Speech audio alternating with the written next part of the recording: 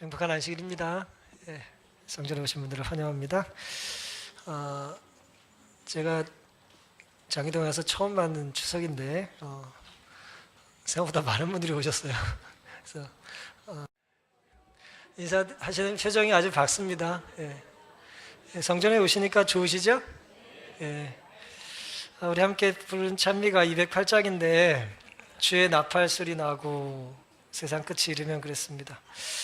한 분이 이제 눈을 감고 찬미를 부르시는 모습에서 제가 그분의 어떤 재림의 신앙의 간절함을 제가 지금 깊이 느끼게 됐습니다.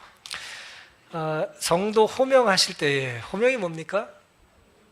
예, 이름을 부르는 거예요. 이름을 얘들아가 아니라 우리 개인의 이름을 부르시는 겁니다. 각 개인의 이름을 부르시는 겁니다. 나팔을 이제 부르신다 그랬습니다. 이스라엘 백성들은 7월 1일이 되면 이제 대속제를 준비하라고 열흘 전에 나팔을 불어요. 그래서 언제가 가까운 거예요? 회개를 준비할, 우리로 얘기하면 재림의 날이 가까웠다라고 하는 걸 이제 부르는 것입니다. 경고이기도 하고 초청이기도 하겠죠. 오늘 하나님의 음성 따라 성전에 오신 모든 분들, 또 언젠가 불려질 주의 나팔 소리 날 때 각자의 이름을 부를 때 우리가 어디 있어야 될까요? 우리 하나님의 또 부르심 앞에 우리가 거기 참여할 수 있는 모든 주의 사랑하는 백성들이 될 수 있기를 바랍니다. 오늘 함께 살펴볼 말씀은 사도행전 1장 9절이 되겠습니다. 함께 사도행전 1장 우리 19절 말씀 함께 우리 교독으로 읽었는데 제가 함께 읽겠습니다. 사도행전 1장 19절. 이 일에 예루살렘에 사는 모든 사람에게 알게 되어 본 방언에 그 밭을 이르되 아겔다마라 하니 이는 피밭이라는 뜻이라. 이 일이 예루살렘에 사는 모든 사람에게 이제 알려졌다, 그런 얘기죠. 이 일이 어떤 일인지, 또 그 밭의 이름을 아겔다마라고 했는데 그 피밭이라는 이름의 의미가 무엇인지를 오늘 좀 살펴보겠습니다.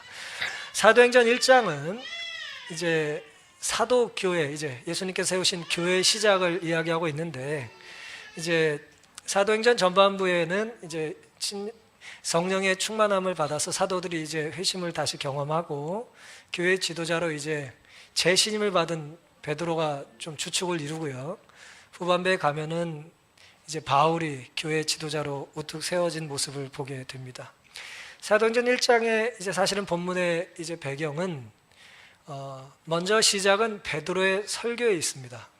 베드로의 설교요.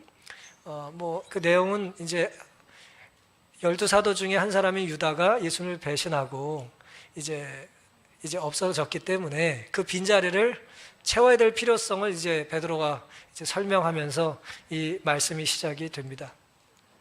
성령이 충만한 가운데 베드로는 이 유다의 삶을 어디서 찾았냐 하면 성경에서 찾았어요. 유다의 행적을 성경에서 이제 드러냅니다. 사도행전 1장 16절은 이렇게 말합니다. 형제들아, 성령이 다윗의 입을 의탁하사 예수 잡는 자들을 지루한 유다를 가리켜 미리 말씀하신 성경이 응하였으니 마땅하도다 그랬습니다. 그러니까 다윗의 시편 중에 누구에 대한 예언이 있다는 거예요? 유다에 대한 예언이 있다는 거예요. 이 말은 다윗이 유다를 염두에 두고 예언의 시편을 기록했다는 의미가 아니라, 다윗은 이 성경절을 자신의 개인의 삶을 묵상하면서 기록한 것이지만 성령의 인도하심과 지도하심 따라 이 말씀의 해석을 누가요? 베드로가 누구에게 적용했다고요? 예수님을 배신한 유다에게 적용했다는 것입니다. 다윗이 유다를 염두에 두고 예언한 것이 아니고 성령의 인도하심과 지도하심 따라 자신의 삶을 이제 성령의 인도하심 따라 기록을 했는데, 시간이 지나서 1000년이 지나고 나서 베드로가 말씀을 다시 묵상해 보니 그 성경절의 일부 내용이 누구의 삶에 적용되더라? 유다의 삶에 꼭 적용이 되더라. 이제 그런 의미입니다. 20절입니다. 사도행전 1장 20절. 시편에 기록되었으되 그의 거처로 황폐하게 하시며 거기 거하는 자가 없게 하도다 하였고, 또 일렀을 때 그 직분을 타인이 취하게 하소서 하였도다 그랬습니다. 이 말씀은 사실 시편 69편 25절을 인용한 거예요. 그러니까 시편 69편 25절에는 다윗의 시잖아요. 저희 거처로 황폐하게 하시며 그 장막에 거하는 자가 없게 하소서라고 이제 다윗이 기록을 했습니다. 다윗은 무엇을 염두에 두고 기록했겠어요? 자기를 괴롭히고 자기를 해코지하는 사람들을 쉬운 말로 이제 저주의 시편이라고 하죠. 하나님 좀 저들에게 좀 벌을 좀 내려 주십시오라고 하는, 자기가 직접 공격은 하진 않지만 그런 간절함으로 기도를 했는데, 다윗은 그 시를 묵상하던 중에 마치 이 어쨌든 저주가 혹은 이 다윗의 간절함이 꼭 누구에게 적용된 것 같아요? 예수님을 배신한 유다의 마지막 삶에 그대로 적용이 된 것이다 라고 이제 설교를 한 것입니다. 저희 거처로 황폐하게 하시며 그 장막에 거하는 자가 없게 하소서라는 것입니다. 16절의 본교 주석은 이렇게 기록하고 있어요. 베드로와 그의 동료 사도들이 틀림없이 유다에 대하여 공포심을 느꼈을 것임에도 불구하고, 유다가 예수님을 배신하고 어떻게 합니까?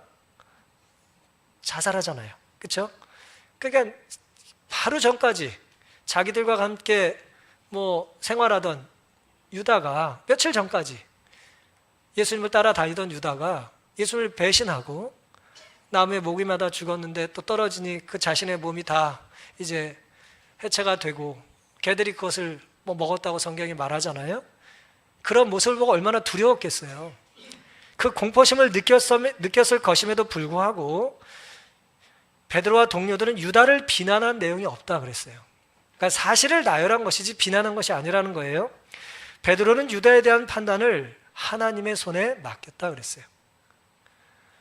사랑하는 성도 여러분, 우리가 이 땅에 신앙생활하며 살다 보면 때로 어떤 사람은 눈에 보이는 복을 받고 때로 어떤 사람은 벌을 받고, 그런 일들이 우리 눈에 때로 보일 때가 있습니다. 근데 우리는 그냥 사실을 감지하고 사실을 나열해야지, 우리가 하나님의 일을 대신해서 함부로 심판하거나 비난하거나 하나님의 잣대를 우리가 갖다 대서는 안 되는 것입니다. 초대교회는 이 위기를 하나님의 손에 그 시험을 맡김으로, 그 위기를 맡김으로 극복을 했다고 했습니다. 오늘은 사도행전 1장 19절 전후의 말씀을 중심으로 유다를 비판하기 위해서 혹은 비난하기 위해서가 아니라 유다의 삶을 통해서 우리가 얻을 수 있는 어떤 반면 교사를 좀 살펴보려고 합니다. 유다는 이렇게 살았는데 우리는 이렇게 살지 말자라고 하는 관점에서 오늘 말씀을 드리겠습니다. 유다는 어떤 삶을 살았습니까? 어쨌든 본문에 의하면 16절에 다시 읽겠습니다. 형제들아, 성령이 다윗의 입을 의탁하사 예수 잡는 자들을 지루한 유다를 그랬어요. 우리가 잘 안 쓰는 말이죠. 지로가 뭐예요? 길을 안내하고 가르친다, 그런 뜻입니다. 가르친다는 얘기예요. 길을 가리킨다는 얘기입니다. 그래서 다른 번역은 길 안내자 혹은 길잡이 혹은 안내자로 번역을 했어요. 그런데 유다가 뭐라고요? 길 안내자였다는 거예요. 길 안내자, 앞잡이, 길잡이, 좋아요, 나빠요? 이 말은 나쁜 말은 아니에요. 중립 가치가 있는 거죠. 누구를 어디로 있느냐에 따라서 이건 좋은 말일 수도 있고 나쁜 말일 수도 있어요. 근데 유다는 지금 이 단어를, 베드로는 이 상황을 묘사하면서 유다에 대해서 좋은 말로 썼어요, 나쁜 말로 썼어요? 나쁜 말로 썼어요. 어떻게 알 수 있습니까? 예수 잡는 자들을 이끌었다는 거죠. 그러니까 예수님을 잡기 위하여 애쓰던 유대의 종교 지도자들을 누가 안내했다는 거예요? 유다가 앞장서서 안내했다는 것입니다. 앞잡이와 길잡이로 이제 역할을 한 것이죠. 마태복음 26장 14절에는 47절과 14절에 이렇게 말씀이 있어요. 그때 12 중에 하나인 가룟 유다라는 자가 대제사장들에게 가서 말하되, 47절, 말씀하실 때 12 중에 하나인 유다가 왔는데 대제사장들과 백성의 장로들에게서 파송된 큰 무리가 검과 몽치를 가지고 그와 함께 하였더라 그랬어요. 그러니까 예수님을 잡고자 하는, 정치적으로는 로마 병사들이죠. 하지만 뒤에 누가 있어요? 유다의 종교 지도자들이 뒤에서 모함을 꾸민 거잖아요. 그들과 유다가 거래를 하잖아요. 내가 가서 입을 맞추는 자가 그라고 이제 안내를 하는 것입니다. 사랑하는 성도 여러분, 우리가 신앙생활을 잘못하면 예수님께서 마태복음 15장 14절 말씀하신 것처럼 소경이 소경을 인도할 수도 있게 됩니다. 그렇게 되면 어떻게 돼요? 둘 다 구덩이에 빠지게 됩니다. 앞이 보이지 않는데 자기가 모든 걸 보는 것처럼 생각을 하는 거예요. 자기가 다 알고 있지 못하는데 모든 걸 깨달은 것처럼 생각하는 것입니다. 우린 유한한 인생을 살아요. 정말 어떤 인식이 시작된 나이부터 우리 어떤 인식이 살아있을 나이까지 길게 잡아 60년, 정말 많이 잡아 80년이라고 봐도, 예?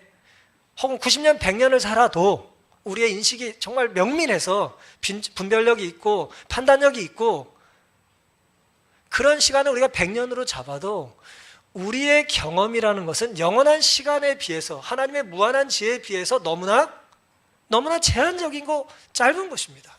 정말 불교는 찰나 같은 거예요. 너무나 짧은 시간입니다. 그런데 우리는 그 얼마 안 되는 그 정말 알량한 지식과 경험을 가지고 누구를 판단해요? 하나님을 판단하는 거예요. 하나님의 말씀을 부정하는 것입니다.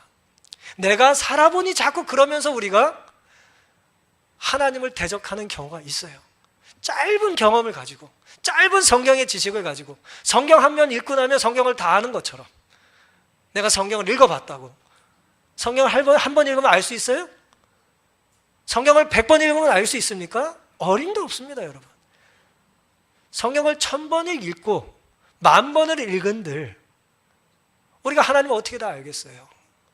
근데 어리석은 우리는 그 짧은 지식을 가지고 유다처럼 지금은 내가 예수님을 잡는 일에 앞장을 서는 것이 옳다고 하는 어리석은 행동과 판단을 할 때가 나도 모르게 있다는 것입니다.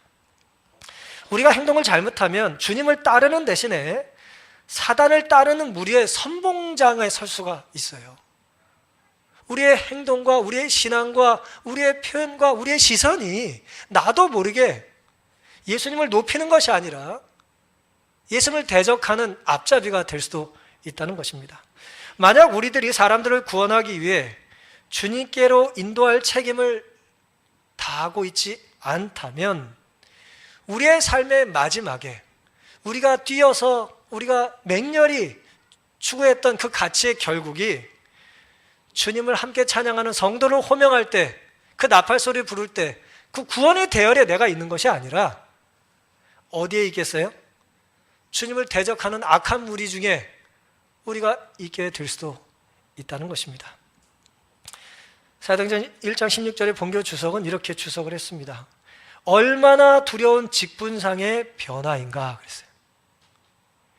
사람들을 구원하고자 그리스도께로 인도할 책임을 위임받은 유다가 구주를 죽이려고 사람들을 그리스도께로 인도하기를 택하였다 그랬습니다. 우리는 누구의 앞잡이가 되어야 합니까?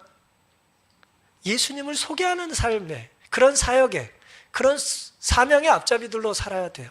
그런 삶의 길잡이가 되어야 합니다. 누군가 나를 따라올 때 우리 가족들과 우리 자녀들과 우리 동료들과 친구들과 우리 사업상의 거래처에 있는 사람들이 나를 보고 누굴 만날 수 있어야 된다고요? 예수님을 만날 수 있어야지. 나를 따라오니 예수님을 대적하더라. 그건 곤란한 것입니다.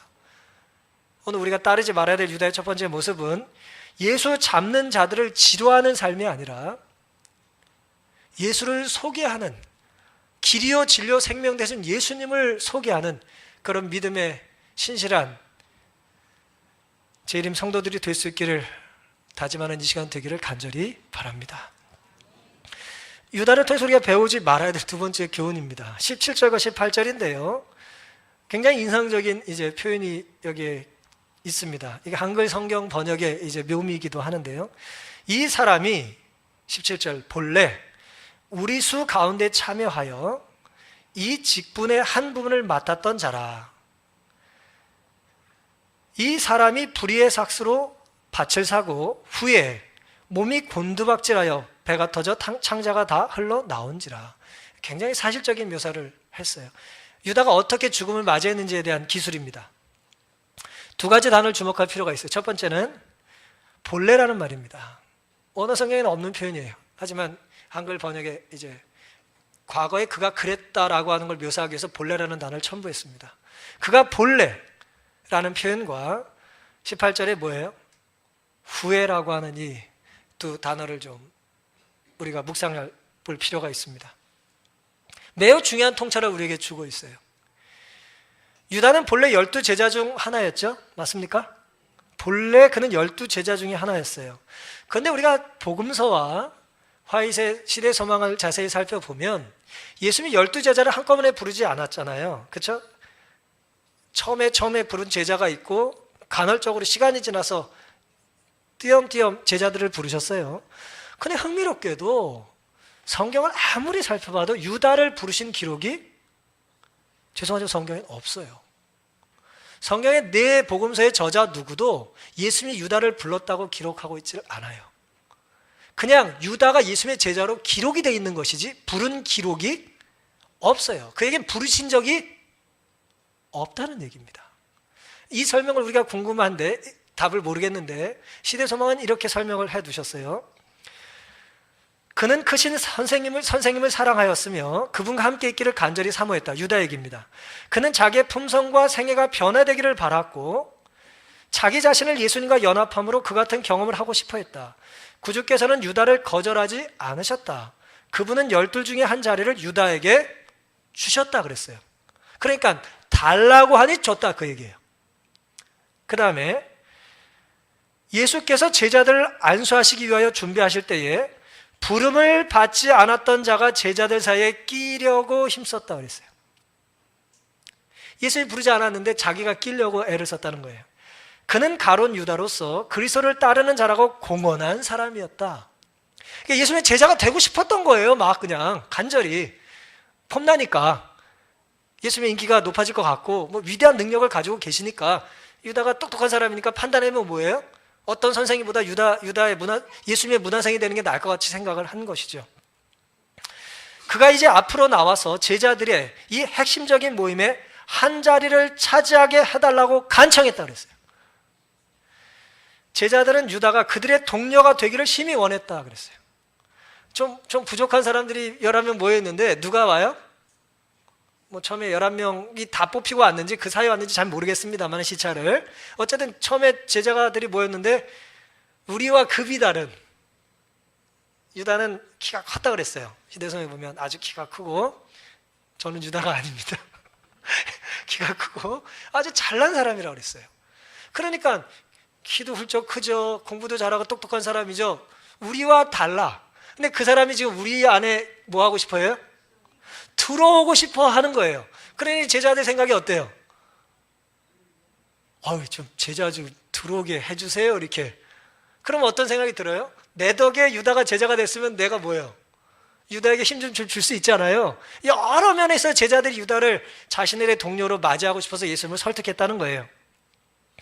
제자들은 유다가 그들의 동료가 되기를 심히 원했다. 그는 당당한 풍채의 소유자로서 예리한 식별력과 행정적인 재능을 가진 사람이었으므로 제자들은 당신의 사업에서 크게 조력할 자로서 유다를 예수에게 추천하였다 그랬어요. 들어오고 싶어 했고 제자들은 받아들이고 싶어 했어요. 근데 문제는 예수님이 머뭇거리시고 이제 환영하지 않으셨다는 거예요. 크게 환영하지 않으셨다는 거예요. 복음서와 시대의 소망을 종합하면 유다가 제자가 된 것은 예수님께서 부르셨기 때문이 아니라 유다가 자청했기 때문이라는 것이 결론이에요. 유다는 그걸 원한 것입니다. 그러니까 보세요. 베드로가 혹은 이제 뭐 누가의 기록에 의하면 이 사도행전 1장 17, 18절의 내용은 그가 본래 어쨌든 예수님의 뭐였어요? 제자가 되기를 원했죠. 갈망했어요. 간절히 예수님을 따라 살기를 기뻐했습니다. 뭐 어떤 인간적인 계산적인 생각이든 말든 간에 어쨌든 구원을 받고 싶어 했으니까요. 과거 그는 하나님의 은혜와 축복을 경험했나요? 경험했습니다. 오병이의 기적 중에 유다가 있었나요? 있었습니다. 떡을 나눠줬어요. 그리고 그 사건 이후에 예수님을 왕으로 만들려고 하는 일의 앞잡이가 유다였어요.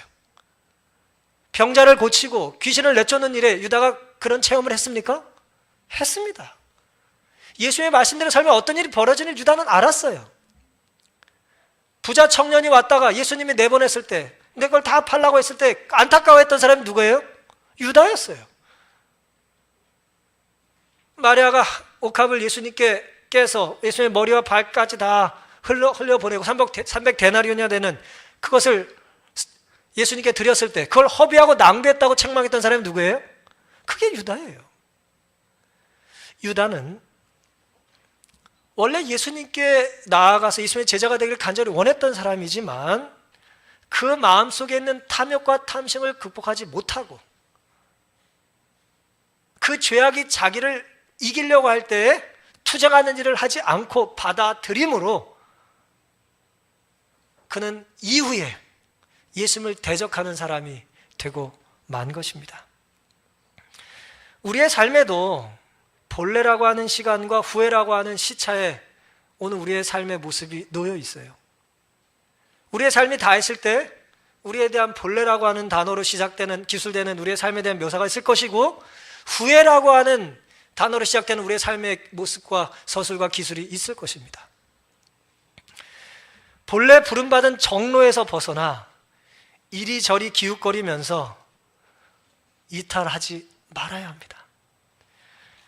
지금 가고 계신 길이, 지금 하고 있는 일이, 지금 소망하는 것이 진정 본래 성령께서 내 삶에 역사하셨을 때 반응했던 그런 것인지 우리는 우리 자신을 살펴야 되는 것입니다.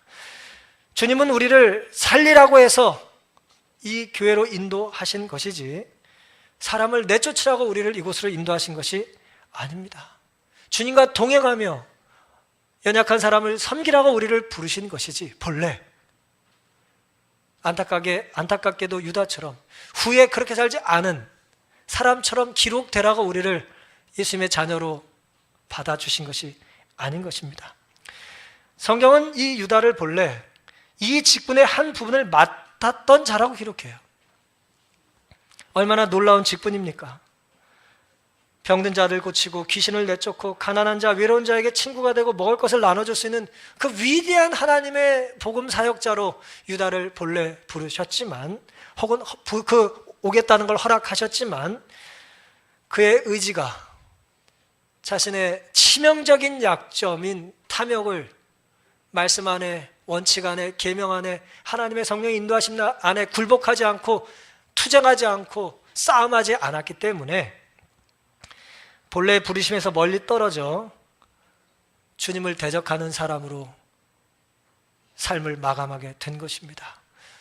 오늘 우리는 본래 부르심에 충실할 수 있기를 다짐하는 이 시간이 되기를 간절히 바랍니다.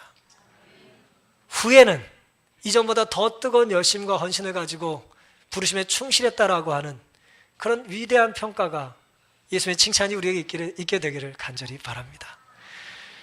우리가 유다를 통해서 배우지 말아야 될 이제 마지막 교훈은 19절과 20절인데요. 이 일이 예루살렘에 사는 모든 사람에게 알게 돼요. 다시 말씀드리면 유다의 자살입니다. 모두가 알게 된 거예요.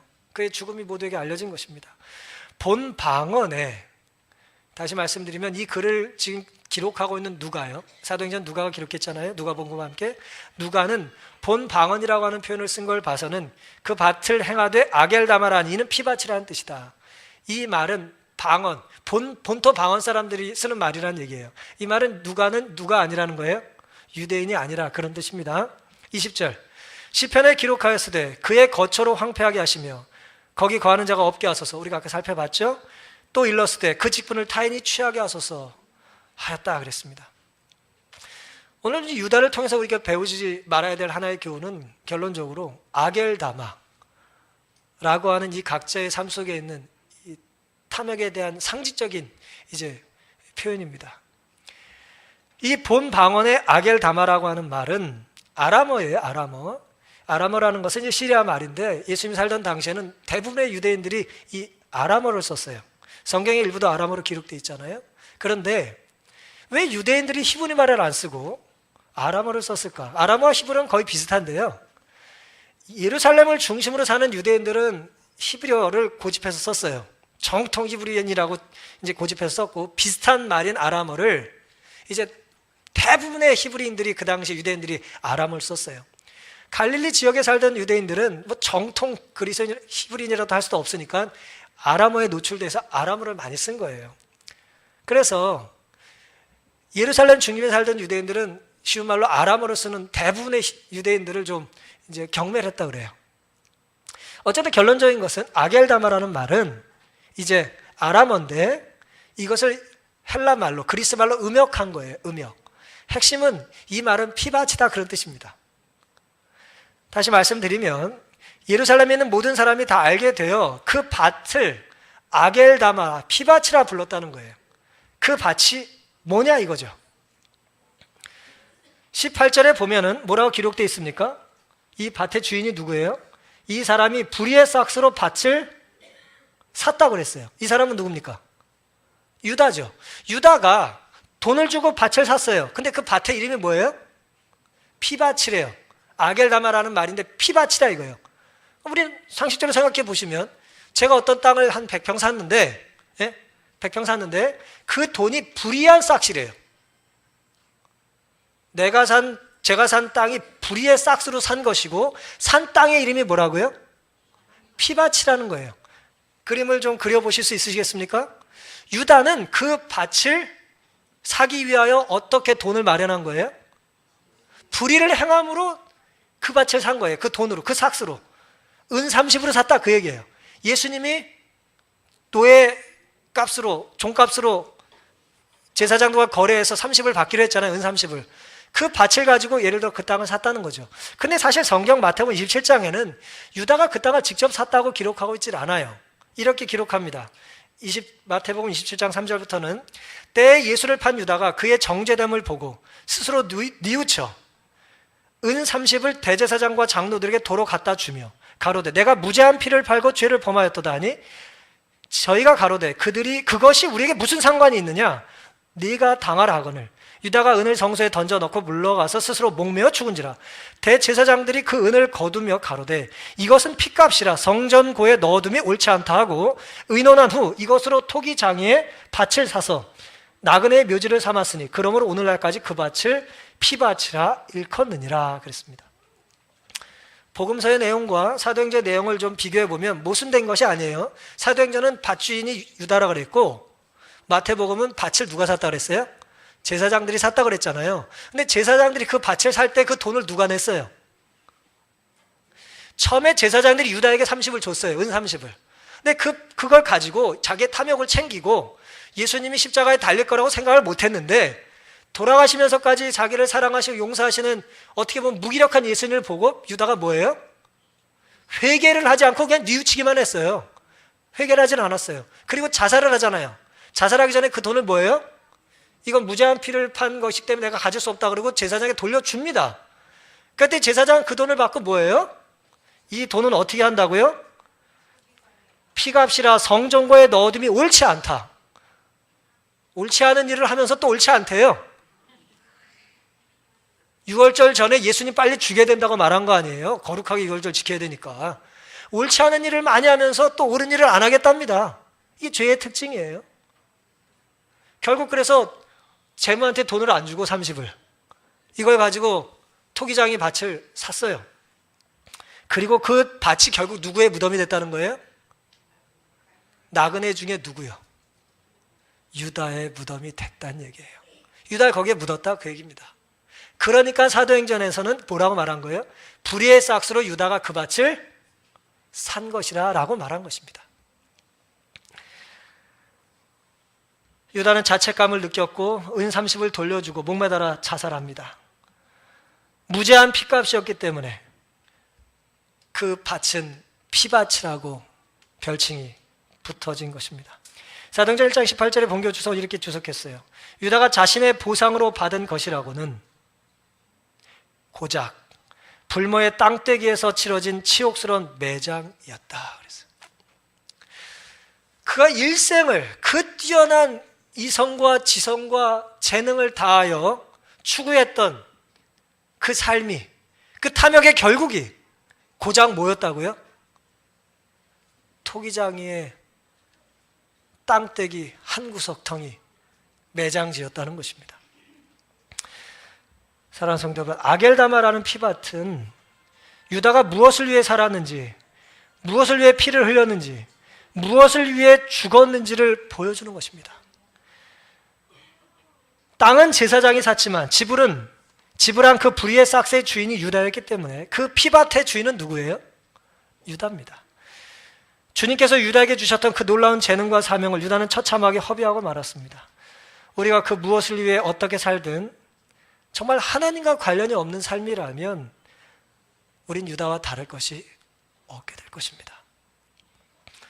아무리 넓어도 아무리 값비싸도 주님 없는 곳은 결국 아겔다마, 피밭이 될 것입니다. 그 거처는 황폐하게 될 것이고 그 고귀한 직분은 타인이 취하게 될 것입니다. 얼마나 어리석은 것입니까? 갈라디아에서 성령으로 시작했다가 육체로 마치겠냐고 하는 탄식을 바울이 한 것처럼 우리가 본래 어떻게 부름을 받고 어떤 사역을 나오고 어떤 감동을 가지고 침례를 받고 이 신앙을 시작했냐는 거예요. 근데 시간이 지나고 나서 이 세상을 조금씩 알아가면서 우리는 불평이 많아지고 불만이 많아지고 헌신을 하기보다는 계산을 할 때가 너무나 많은 것입니다. 얼마나 어리석은 인생입니까? 하늘을 버리고 오신 주님을 곁에서 모시고 살았으면서도 그 작은 땅떼기를 갖겠다고 주님을 거절하는 건 말입니다. 르코르비지에, 이 프랑스 사람이라 제가 발음이 좀 힘든데 원래는 스위스 사람인데 르코르비지에라고 혹시 들어보셨나요? 예, 못 들어보셔도 괜찮아요. 안 들어보셔도. 이분입니다. 예, 좀 누군지 아시겠어요? 모르셔도 괜찮아요. 역사상 가장 위대한 건축가라고 알려진 사람 중에 하나입니다. 이 사람의 건축물 중에 17개는 세계 문화유산에 등재되어 있대요. 20세기 사람이에요. 대단하죠? 이제 지금 돌아가셨습니다만은 스위스에서 태어났고 프랑스 시민권을 가지고 프랑스에 살다가 돌아가셨는데 얼마나 대단한 사람인지 스위스와 프랑스가 서로 자기네 나라 사람이라고 우겨요. 이제 건축가이자 도시 계획가이자 요즘 우리가 사는 아파트 같은 거를 처음 이제 구상한 사람이에요. 건축물로는 나쁜 걸 수 있지만 가난한 사람들이 얼마나 많이 살 수 있는지를 이제 이분이 계획하는 것입니다. 화가이자 조각가이자 가구 디자이너예요. 20세기를 바꾼 3명의 혁신가가 있답니다. 헨리 포드, 자동차죠. 이동하는데. 빌 게이츠, 정보 혁신을 일으킨 컴퓨터를 만든 사람 아닙니까? 3번째, 바로 이분이에요. 주택 혁신가. 사람의 삶의 주거 공간을 바꾼 3대 혁신가 중에 하나예요. 타임지는 100명의 위대한 사람을 이제 20세기를 빛낸 백인을 뽑았는데 이 사람이 건축가로는 유일하게 포함됐어요. 어쨌든 대단한 사람이라는 아시겠죠? 예, 대단한 사람이에요. 근데 우리는 이 사람을 몰라요. 괜찮아요. 그런데 모듈러라고 하는 개념이 있어요. 모듈러. 이거 모르셔도 괜찮아요. 모듈러인데 이렇게 생각하시면 됩니다. 제가 사는 공간, 집을 누가 져주면 좋을까요? 뭐 건축가가 져주면 좋겠죠. 그런데 저에게 맞는 가장 이상적인 건축, 사이즈, 혹은 침대 사이즈, 의자, 사람마다 다 같을까요, 다를까요? 신장이 다르고 몸 사이즈가 다르니까 다 달라야죠. 이 사람은 그 사람에게 가장 맞는 건축물이 가장 좋은 건축물이라는 걸 주장한 사람이에요. 그러니까 어떻게 보면 실현될 수가 없어요. 사람마다 다 다르니까. 근데 이제 프랑스 사람의 평균 신장 175, 영국 사람의 평균 신장 185, 2. 그 사람이 살던 당시의 평균 신장이랍니다. 그런 사람에 맞는 건축물을 사이즈를 맞게 지면 된다는 거예요. 인체 비율을 계산해가지고. 저게 이제 그런 그림입니다. 근데 이 사람이 이렇게 주장해서 건축물도 짓고 인기를 얻기도 하고 못 얻기도 하는데 이 모듈러라고 하는 이론을 주장하고 이 사람이 결국 실천을 해요. 난 이렇게 살겠다. 예? 이 사람이 그래서 1951년에 프랑스에서 이제 오두막 집을 하나 짓습니다.